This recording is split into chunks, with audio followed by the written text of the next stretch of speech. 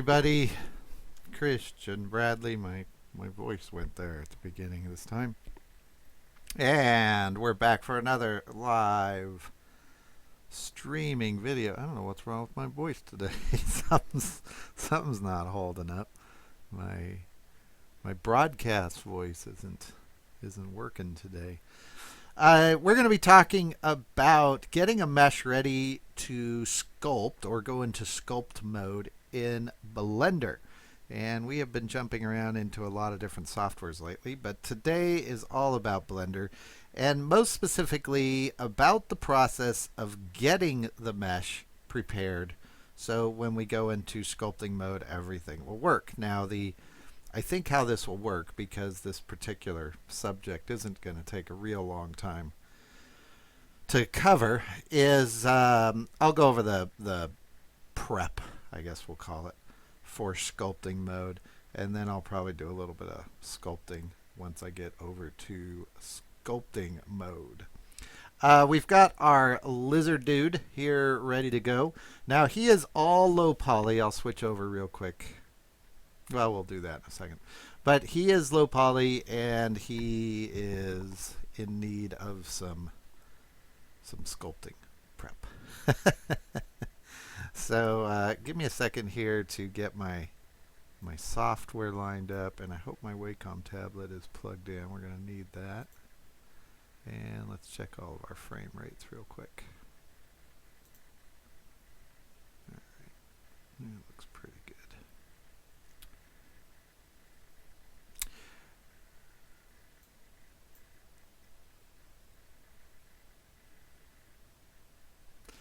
I'm not sure if I'm going to run a test here real quick. I'm not sure I can see. Oh, maybe I can. I'm getting this attempting to reconnect message. Let me fire off an email real quick for that. Just a second.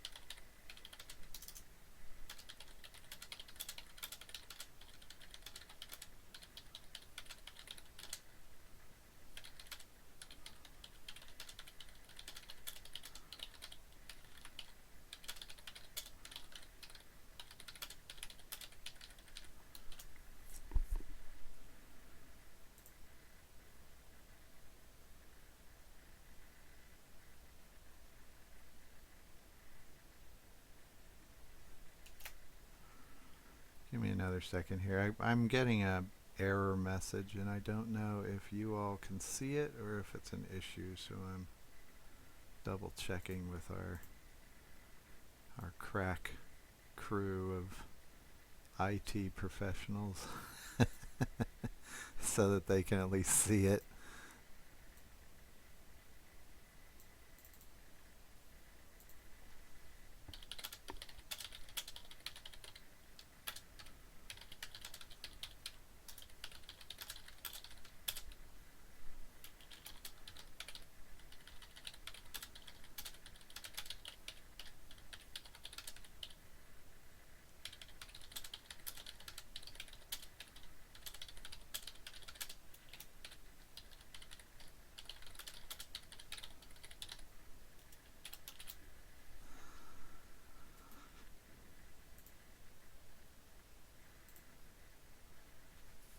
Okay, sorry about that. I have this attempting to reconnect message that keeps popping up on my side, and I'm pretty sure we're connected because I can check that. It doesn't seem like there's an issue, but all of a sudden that's a new thing that's shown up on my site. So it could be that Game Institute made some changes to the site and it's just something that didn't get turned off, or something changed on my side. I don't know. But anyways. Yep. The dangers of live streaming. Okay, we'll get going with this one. So we're going to be talking about how to get our mesh prepared for the sculpting mode. Now in Blender has all these different modes. One of them is sculpt mode, and that's what our goal here is, to get over to sculpt mode. Now if I jumped over to sculpt mode with my mesh as is, I'd have some issues with it, and it would still work, but it wouldn't work very well. We wouldn't have enough polygons to sculpt on, and it really wouldn't be any different than just moving vertices around. So let's take a look at our mesh here and see what we have to work with first. If I was to jump over here to edit mode, you'll see that we still have our mirror modifier on him. Now you can leave the mirror modifier on and go into sculpt mode. The problem is this seam right here is going to get moved around, and you're going to have some cleanup to do. And sculpt mode has a mirror function anyways, so I'm not going to leave the mirror on. I'm just going to apply it. Oops, we got to be in edit mode for that. Object mode. I'm going to go ahead and apply it, and now when I go to edit mode, we're all set. The next problem is these vertices right along the seam are now they're double vertices. There's two vertices along the seam because of that mirror modifier that we just flattened. So I'm going to go to remove doubles, and it doesn't look like it removed any. Let's double check those real quick. It does not look like those are set yet. There we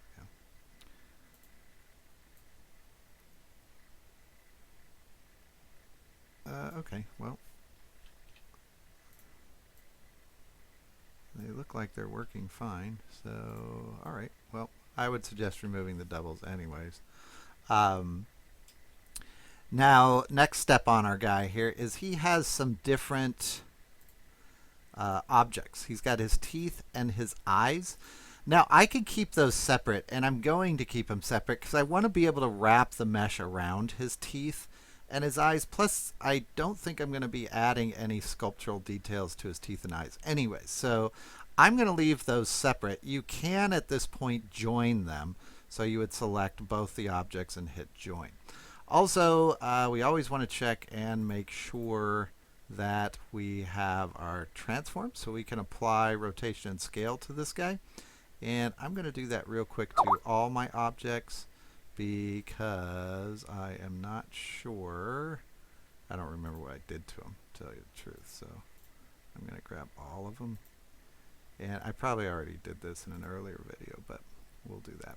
So he's all set there. Now we're going to apply our, go back to edit mode for this. We'll go into polygons, select all his polygons there.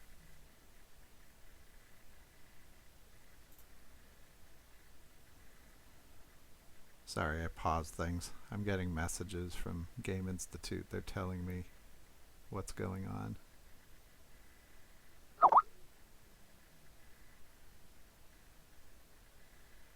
Alright, just a second, let me.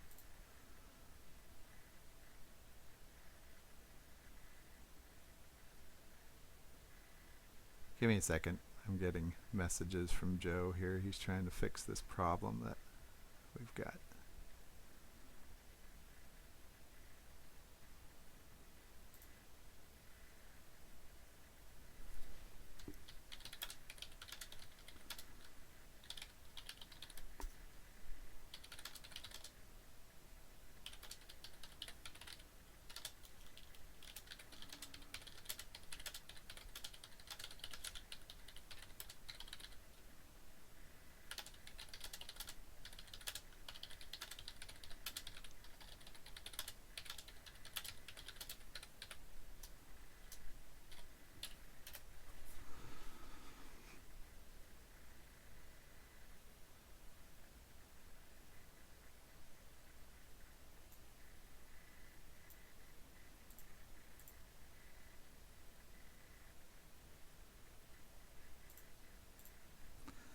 Be right back.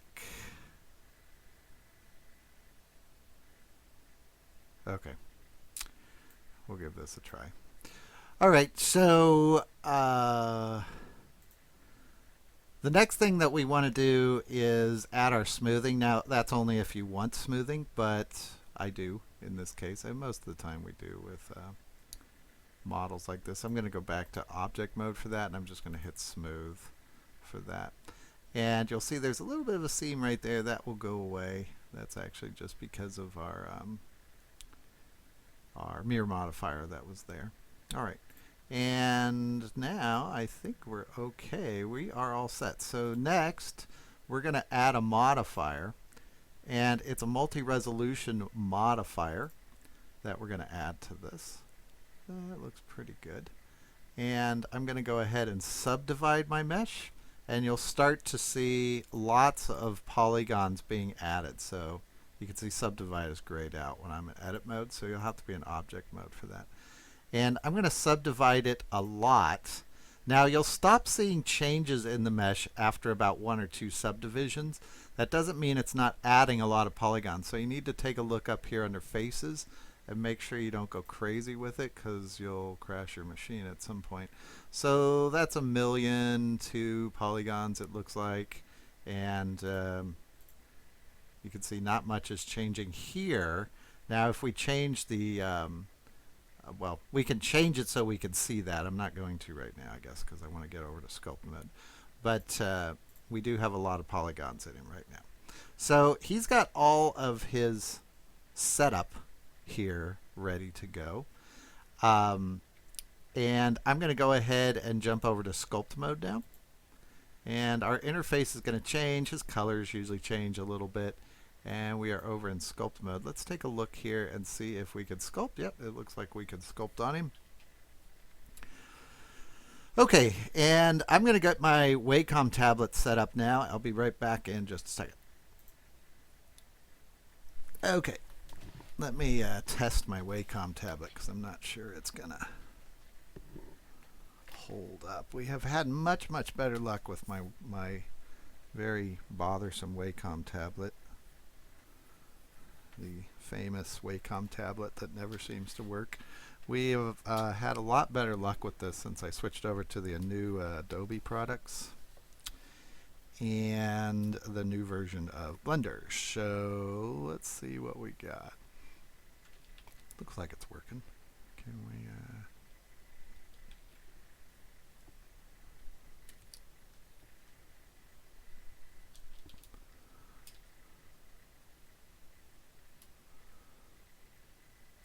this seam right here is bothering me. That does not look like it's holding together. Let me double check this, because oh, you know what? I bet this, yeah, okay, that's the problem. We had procedural editing on, so when I was moving that, it was moving the pieces as though they were attached, but I should have known better. See, the little line doesn't glow on the other side. That means that they're not connected. Okay.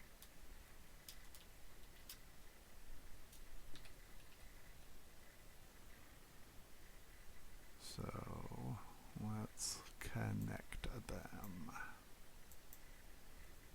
See, no vertices have been removed yet, so what we're going to do is bump this up, and there you go.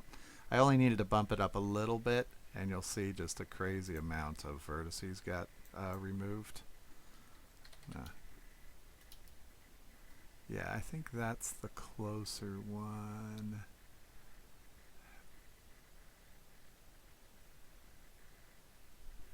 I think that's correct now. Yeah, okay.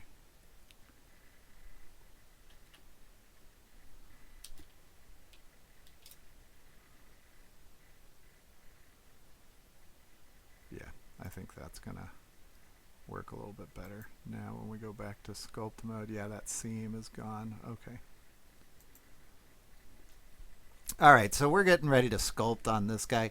One thing I just changed while I had the video turned off, that seam that was running up there that was bothering me, um, that those were vertices that were doubles from the mirror modifier. That's why there was a hard edge there. It's the equivalent of making a hard edge with smoothing groups, is you just break the edges. The reason they were moving around as if they were connected is because I had procedural editing on and it was moving them around.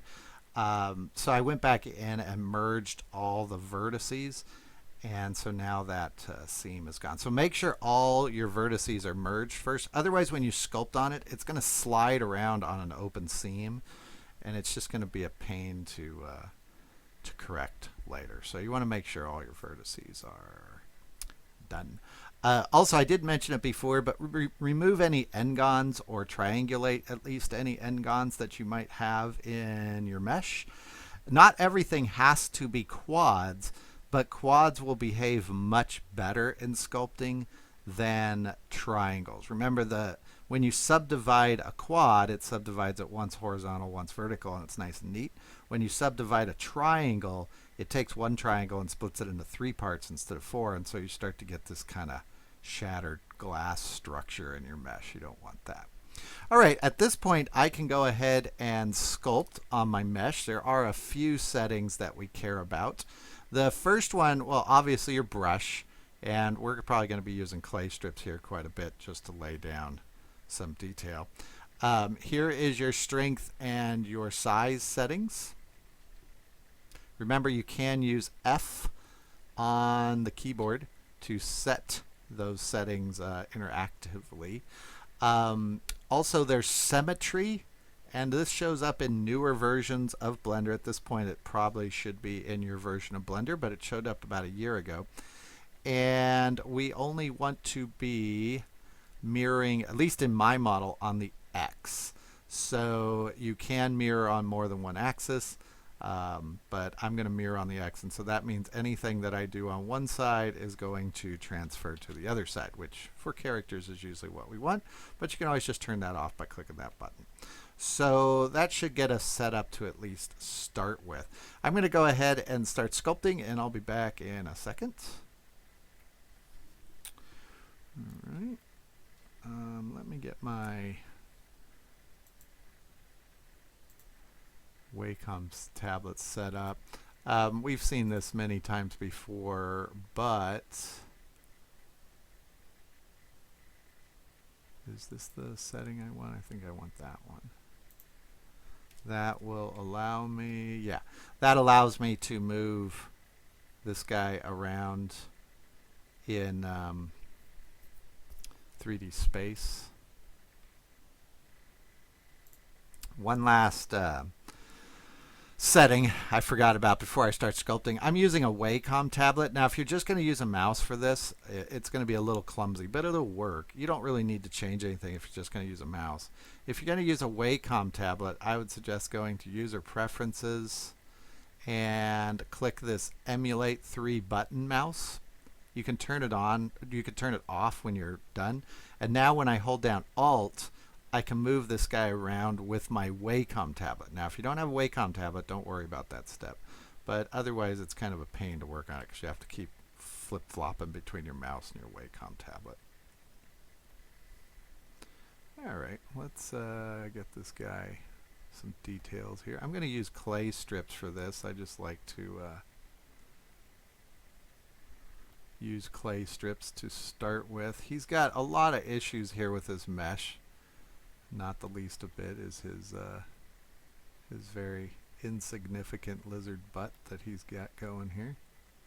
So what we're going to do is just start kind of brushing in detail, and I think this is kind of my favorite part of working on characters, is just starting to get these forms right, because it's really where the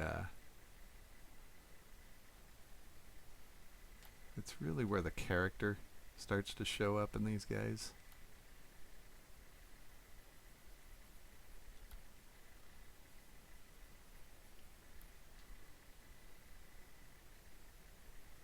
And if you just build up really pretty slowly, you'll probably be a lot happier.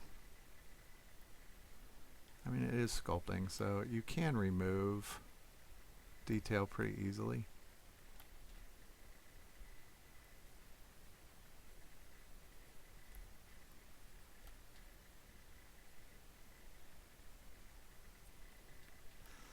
And I tend to just kind of come in here and place these larger muscle groups in first. And I can always change them, but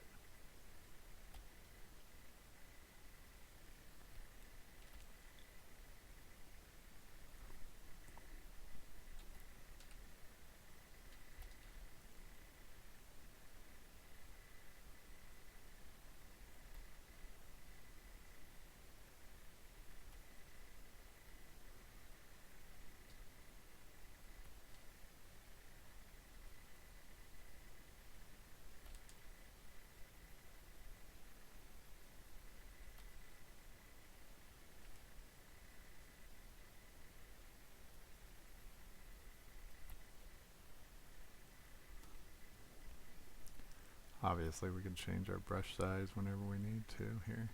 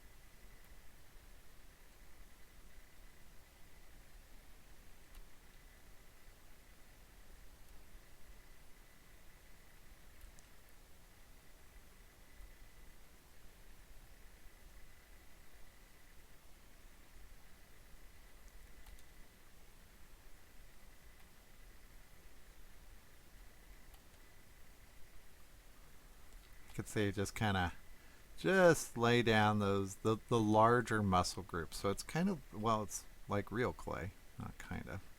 It's just like real clay.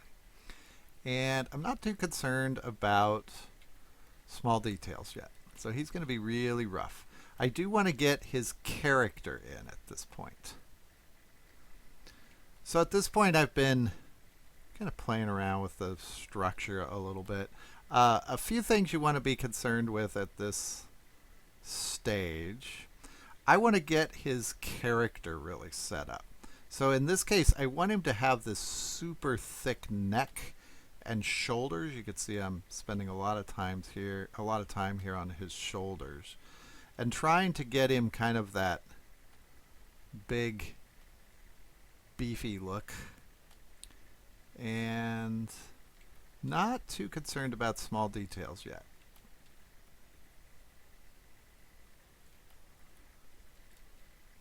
But really trying to get his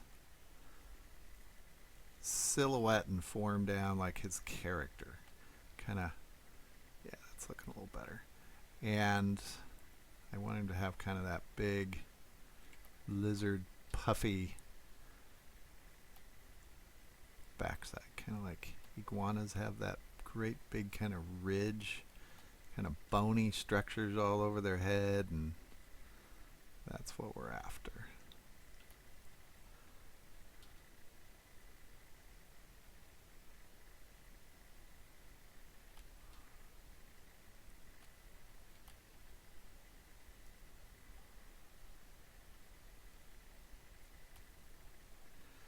Yeah, I think that's looking better. Now his arms are pretty scrawny, but I am changing my brush size every once in a while, but I'm not overly concerned with small structures. You can see here his rib cage I think is a little bit low, so I'm going to restructure that. I'm going to kind of raise it up here. And just get it right in there.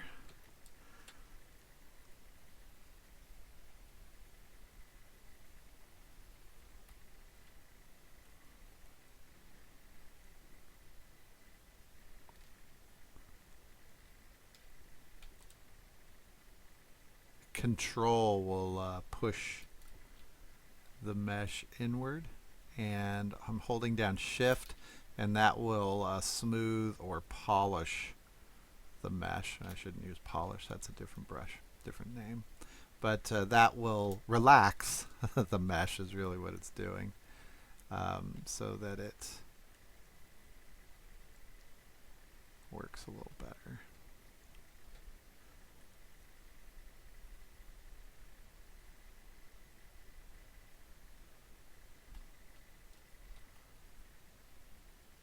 Now he is kind of a lizard dude, so I'm going to have to make up some of his anatomy here.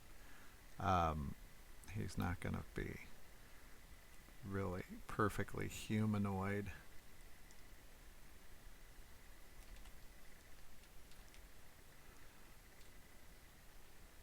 Okay, I'm going to cut away here and play with him a little bit more.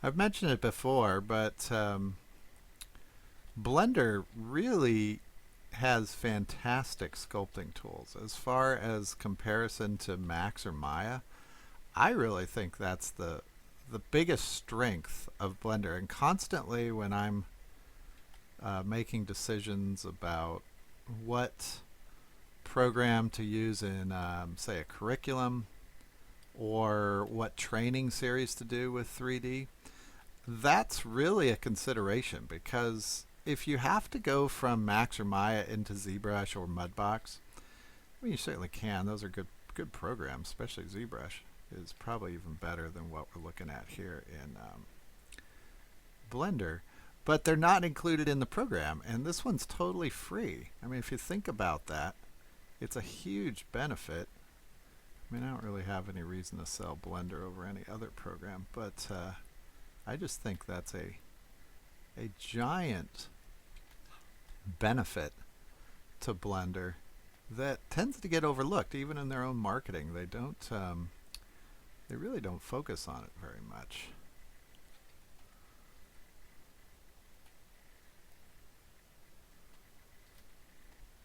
Now he's going to need a lot more work even at this stage, a lot more structure.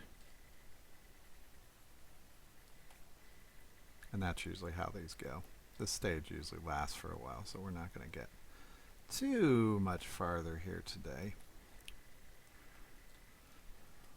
And we'd have to start getting down into smaller and smaller details. And I think that video is coming up soon, where we will, we'll jump ahead and kind of lay this out.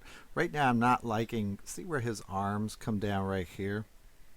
That's way too low. I think his arms are going to have to be kind of pushed out and up, because if you imagine his bone structure, it's coming up through here, and that would put kind of his scapula, not scapula, his collarbone right through here, and that's too low. It probably should be upwards in here.